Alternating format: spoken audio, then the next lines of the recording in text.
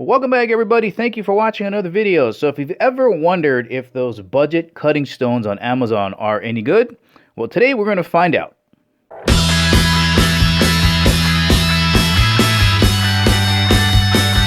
And remember, guys, if at the ending of the video you want to purchase this sharpening stone, make sure you check out the link in the description below.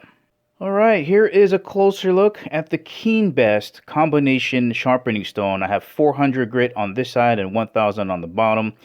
I like this combination. The way that I use my knives, maybe I'll get a chip in it. I'll start running it across the 400. That'll be enough to get the chip out. And then the 1000 is enough to polish. Now, you can spend, like anything else, however much you want on sharpening stones. And they're going to do a better job. They're going to last longer. They're probably going to polish a lot better because there's no industry standard as to what a 400 and a 1000 grit is. But I have years and years of experience on these types of budget stones, and they always work out pretty good. The main thing to remember is, so long as you don't really damage your edge, as long as you hone your blade, right? After every usage, you hone it to bring those edges that might be like this back into point and apex. You should really never have to use the 400 side.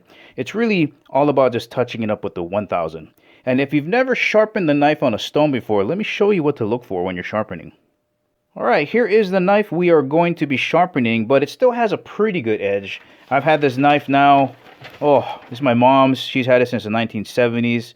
So I've had it for at least 40 years. This is the paring knife. She still is using the chef knife, but still has a pretty decent edge on it. But we're going to just try to touch it up a little bit more. And the first thing I want to point out here is where to sharpen. Alright, so this is the flat of the blade here. And you can see how there's a shiny portion right down here. That is the edge. That's where we need to sharpen. Now, the thing about a sharpening stone is you are responsible for holding the correct angle to sharpen that edge. On sharpening devices that hold the blade, it's got it at the right angle, and it sets the angle for you. And all you're doing is kind of rubbing the stone across it. There's many different techniques like this. But with a stone, you are responsible for holding that angle. Let me show you what I'm talking about. Alright, before getting started, just a quick note on selecting what grit to get for your sharpening stone. Now, you can get them in a combination stone like this or separate. Just remember, again, you can spend as much as you want. That's totally up to you. But you do not have to get every single grit in between, let's say, 400 to 1000 to get a really sharp edge. It's just not needed. Now, you can if you want to. They go all the way down to 80, all the way up to like 10, 20, 30,000 for a super polish. But I can guarantee you that your return on investment is going to shrink the higher you go. Now, for me, like I was mentioning, I hone my blades enough, so I don't really need anything that aggressive unless I really do some damage to my edge. And then I might need something a little bit coarser than 400 to get that chip off. For in general, I think most people can get by with the 400 to 1000. Alright, here we go. So if we look at the knife edge as it's sitting on the stone, we don't want to sharpen it when it's like this because there's a space between the stone and the edge.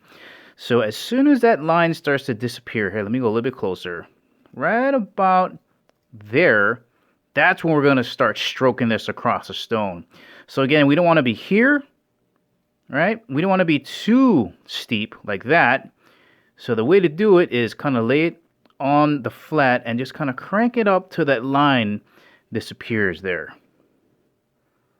Right about there. And if you're still kind of iffy about the angle, I got one last trick for you. Alright, we're going to find our edge, get a pen, permanent marker pen, and we're just going to stripe the edge. Mark it, and we're going to mark it on this side too. Oop, missed that one. All right, here we go. Now, as we're holding our angle, it should grind away the black portion. So we're going to know if we're too high or if we're too steep, it's not going to be taking off anything. So let's get started sharpening. All right, so we have our edge marked up for sharpening. And just a quick comment on using techniques like this. It's fine, guys. I'm not a professional knife maker or sharpener or a chef that requires my knife to be sharpened all the time or an outdoorsman. So in order to help us, using something like this, it's okay. In fact, if you want to kind of come down eye level, set your angle and sharpen this way, you can absolutely do that. Just be careful not to cut yourself. But what we're going to be doing is I'm going to be putting the blade down. I'm going to brace it like this, and I'm going to cut across this way. All right, some people go back and forth. You can do that. I prefer to go across this way. Let's get a little bit of water here. I'm on the 1000 side, 1000 grit side, because I'm not trying to take off too much metal. Just want to try to touch that edge up a little bit. Okay, so I'm going to get it down on here. And okay, that feels about right to me. I'm feeling that angle with my finger as well, so that feels pretty good. I'm just going to come across. Okay, not putting much pressure on it. We'll do one more and have a look at the markings. Okay, so we can see the top half on the flat is still there, but I'm hitting that edge pretty good. All right, let's see if I can get you guys a better angle to show you what I'm doing here. All right, so we're going to start just a little bit on the flat, and then we're going to rise it. Oh, that's about right. I'm going to feel with my fingers to see if there's a space between the edge and the stone. That feels pretty good. And then we're just going to draw across. Right, I'm not pushing down real hard. I'm just using these fingers to keep it on plane, keep it on angle.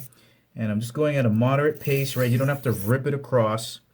Here comes the other side, all right? I'm just going to put my fingers down on here, start on the flat, tilt it up a little bit.